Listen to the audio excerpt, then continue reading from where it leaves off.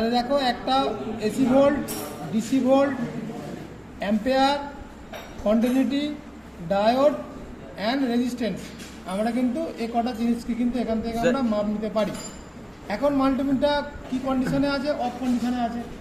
তাহলে এখন ধরো আমরা গাড়ির মধ্যে যে সোর্স কয়েল আছে, যেটা ম্যাগনেটের ভিতরে থাকে, সেই সোর্স কয়েলটা ভালো আছে কি খারাপ আছে আমি যদি চেক করতে যাই, তাহলে সেখানে আমরা কি করব? আমরা তার রেজিস্ট্যান্স চেক করব। সেই কয়েলটা কি চেক করব? রেজিস্ট্যান্স চেক করব। তাহলে রেজিস্ট্যান্স চেক করতে গেলে তোমাকে জানতে হবে যে এখানে যে রেজিস্ট্যান্সের যে মানগুলো দেওয়া আছে এখানে আমি কত রাখবো, মানে মাল্টিমিটারের যে পজিশন সেটা কত রাখবো সেটা আমাকে জানতে হবে। যেমন সোর্স কয়েলের জন্য আমাদের মাল্টিমিটারের যে পজিশনটা হয় সেটা হচ্ছে 2K। 2K মানে কি? এখানে 2K নিচে কত আছে? 200 ওহমস। তাহলে 200 ওহমসের পরে এখানে কি দেখাচ্ছে? 2K, তাই তো? তাহলে এই যে 2Kটা আছে, 1000 ওহম সমান 1K, 1000 ওহম সমান 1K। তাহলে 2K মানে তাহলে কত ওহমস হচ্ছে? 2000 ওহমস। তাহলে 2000 ওহমস বলতে পারো বা 2K বলতে পারো। আমাকে এখানে রেখে আমাকে সোর্স কয়েলটা আমাকে কিন্তু চেক করতে হবে ভালো আছে কি খারাপ আছে। তাহলে সোর্স কয়েল চেক করলে তাহলে একটা রিডিং দেবে, সেই রিডিং দিলে তাহলে আমাকে জানতে হবে যে কত থেকে কতর মধ্যে হলে তাহলে আমার সেটা হয়। অ্যাপ্রক্স কিছু গাড়ির যেমন থাকে, গাড়ির মডেল অনুসারে গাড়ির কিন্তু রেজিস্ট্যান্স চেঞ্জ হয়। অ্যাপ্রক্স আমরা ধরতে পারি, ধরো তোমার কিছু কিছু গাড়ির আছে যেমন ধরো 20 থেকে 30, কারো আছে 1.1 থেকে, যেমন লাইট কয়েলের থাকে 0.1 থেকে 1.1, এগুলো হচ্ছে কি লাইট কয়েলের থাকে। তাহলে সোর্স কয়েলেরও তোমার কিন্তু একটা মান আছে, সেই মানটা তোমাকে জানতে হবে। আমরা আগে দেখি আমরা কত ওখান থেকে পাবো।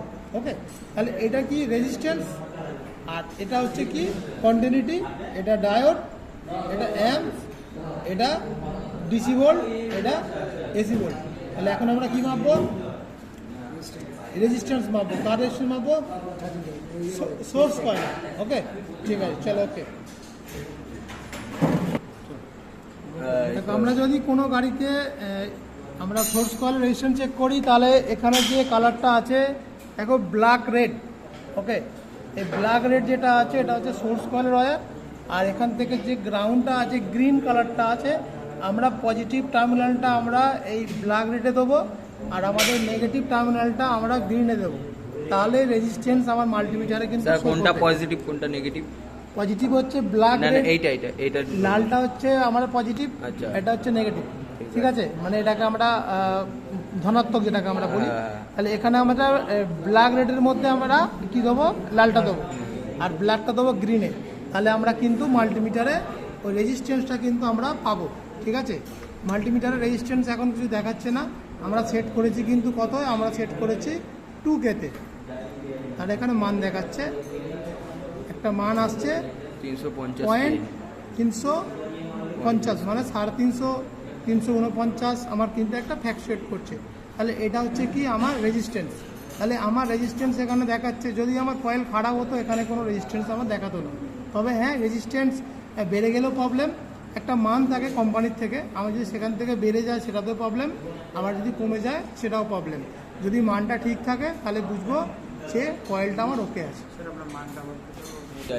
এসি ডিসি এসব একটু ভালো করে। তাহলে এখান থেকে আমরা এই যে মাল্টিমিটারের আমরা সোর্স কয়েলটা কীভাবে চেক করে সেটা আমি দেখলাম। আমি একবার পালসার কয়েলটা দেখব। পালসার কয়েল যেটা হয়, পালসার কয়েলের এখানে ব্লু কালারের একটা ওয়্যার হবে, ব্লু কালার, এই কালারটা খোলো যে একটা ওপর দিকে